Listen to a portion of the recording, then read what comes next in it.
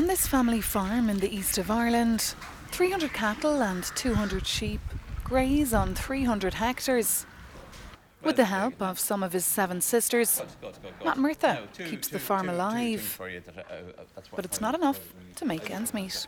This year has been very hard. I mean, the beef price is down hugely, and it's following on a very bad weather year the year before.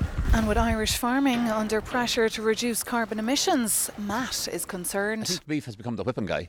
And governments think, oh, if we get rid of the cows, that'll mean everybody can still keep driving around in their big cars.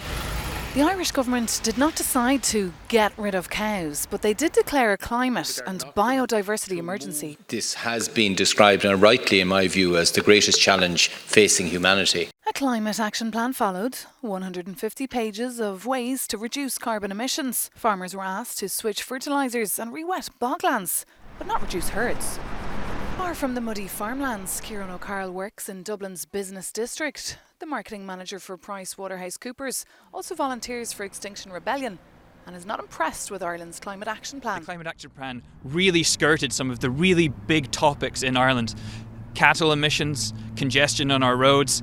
It basically took all the low-hanging fruit, decided to try and act on that, but left the big decisions for future leadership, for future generations to really bear the brunt of. In Ireland, a country obsessed with talking about the weather, emotions are high when it comes to climate change.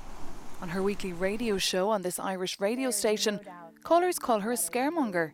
But this environmental scientist, Cara Augustenberg, says the reality is, as an island nation, Ireland's at risk of flooding and sea levels will rise. Our erosion rates, particularly around coastlines like here in Bray, are quite astonishing. We have a dart line and a train line that runs along this coast, which will disappear as a result of climate change within the century.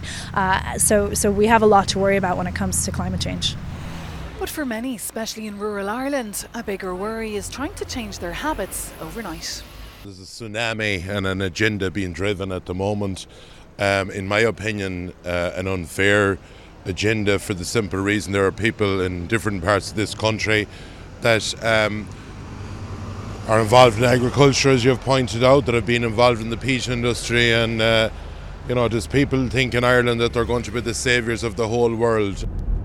Back in the countryside, people are concerned about the climate, but want the responsibility to save it to be shared among all sectors. We only have one planet. We have to try and get a little bit longer out of it.